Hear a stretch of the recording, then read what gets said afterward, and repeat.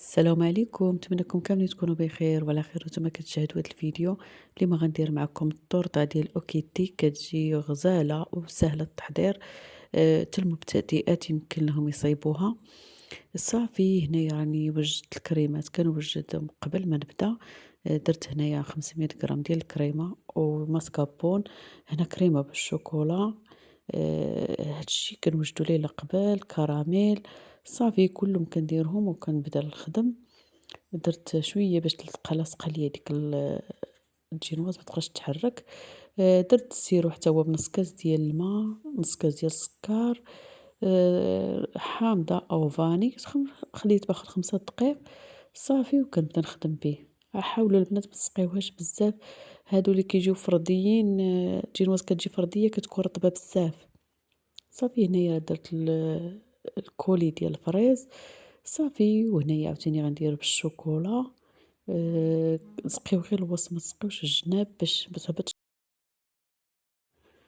صافي كندير عاوتاني بالشوكولا، كندير واحد الحاجز باش الكريمة أو الكراميل ميخرجوش ليا على برا، كيبقاو لداخل.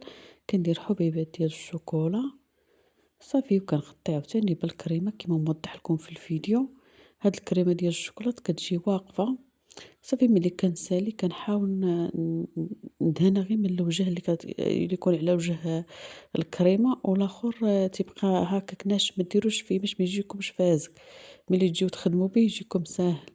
صافي كندير شوية الكريمة باش نقدر ندير ديك الرسمة. صافي كنغطيها مزيان وكنخليها تبات ليلة كاملة.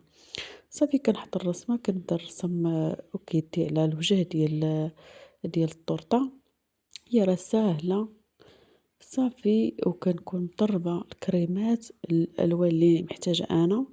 هي بكريمة عادية ما فيها لا ماسكابو لا والو، باش تجيكم سلسة ما تكونش فيها الحبيبات. صافي وكنبدا نخدم بهاد الطريقة، كتجي منظرها زوين وساهلة.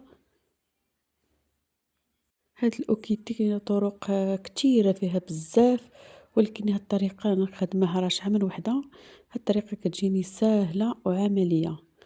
صافي كندير الغوز حتى هو غوز بارد. صافي وكنبدا من الفوق ونهبط من التحت. وساهلة البنات في الخدمة، أي وحدة مبتدئة يمكن لها توجدها.